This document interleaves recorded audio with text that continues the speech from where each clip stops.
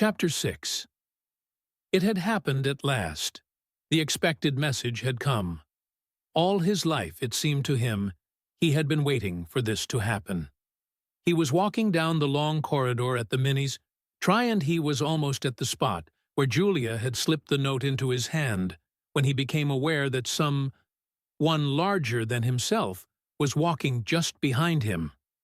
The person, whoever it was, gave a small cough, evidently as a prelude to speaking. Winston stopped abruptly and turned. It was O'Brien. At last they were face to face, and it seemed that his only impulse was to run away. His heart bounded violently. He would have been incapable of speaking. O'Brien, however, had continued forward in the same movement, laying a friendly hand for a moment on Winston's arm, so that the two of them were walking side by side. He began speaking with the peculiar grave courtesy that differentiated him from the majority of inner-party members. "I had been hoping for an opportunity of talking to you," he said. "I was reading one of your Newspeak articles in The Times the other day. You take a scholarly interest in Newspeak, I believe?" Winston had recovered part of his self-possession. "Hardly scholarly," he said. "I'm only an amateur. It's not my subject. I have never had anything to do with the actual construction of the language." "But you write it very elegantly," said O'Brien. "That is not only my own opinion. I was talking recently to a friend of yours who is certainly an expert. His name has slipped my memory for the moment." Again Winston's heart stirred painfully. It was inconceivable that this was anything other than a reference to Syme. But Syme was not only dead, he was abolished, an unperson. Any identifiable reference to him would have been mortally dangerous. O'Brien's remark must obviously have been intended as a signal, a code word. By sharing a small act of thought crime, he had turned the two of them into accomplices. They had continued to stroll slowly down the corridor, but now O'Brien halted. With the curious, disarming friendliness that he always managed to put into the gesture, he resettled his spectacles on his nose. Then he went on, "What I had really intended to say was that in your article I noticed you had used two words which have become obsolete. But they have only become so very recently. Have you seen the 10th edition of the Newspeak Dictionary?" "No," said Winston. "I didn't think it had been issued yet. We are still using the 9th in the records department.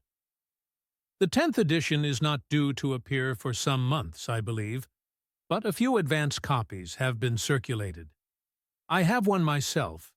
It might interest you to look at it, perhaps?" "Very much so," said Winston, immediately seeing where this tended. Some of the new developments are most ingenious. The reduction in the number of verbs, that is the point that will appeal to you, I think. Let me see. Shall I send a messenger to you with the dictionary? But I am afraid I invariably get anything of that kind. Perhaps you could pick it up at my flat at some time that suited you? Wait, let me give you my address." They were standing in front of a telescreen. Somewhat absent-mindedly, O'Brien felt two of his pockets and then produced a small leather-covered notebook and a gold ink pencil. Immediately beneath the telescreen, in such a position that anyone who was watching at the other end of the instrument could read what he was writing, he scribbled an address, tore out the page, and handed it to Winston. "I am usually at home in the evenings," he said. "If not, my servant will give you the dictionary." He was gone, leaving Winston holding the scrap of paper, which this time there was no need to conceal. Nevertheless, he carefully memorized what was written on it, and some hours later dropped it into the memory hole along with a mass of other papers. They had been talking to one another for a couple of minutes at the most. There was only one meaning that the episode could possibly have. It had been contrived as a way of letting Winston know O'Brien's address. This was necessary, because, except by direct inquiry, It was never possible to discover where anyone lived. There were no directories of any kind. "If you ever want to see me, this is where I can be found," was what O'Brien had been saying to him. Perhaps there would even be a message concealed somewhere in the dictionary. But at any rate, one thing was certain.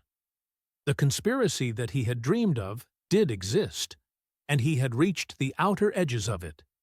He knew that sooner or later he would obey O'Brien's summons. Perhaps tomorrow, perhaps after a long delay. He was not certain.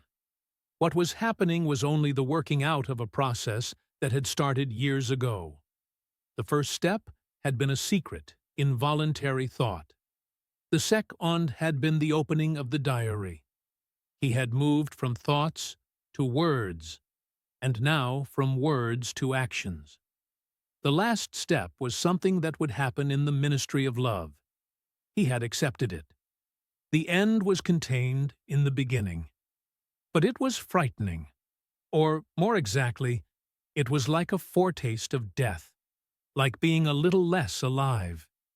Even while he was speaking to O'Brien, when the meaning of the words had sunk in, a chilly, shuddering feeling had taken possession of his body. He had the sensation of stepping into the dampness of a grave, and it was not much better because he had always known that the grave was there and waiting for him.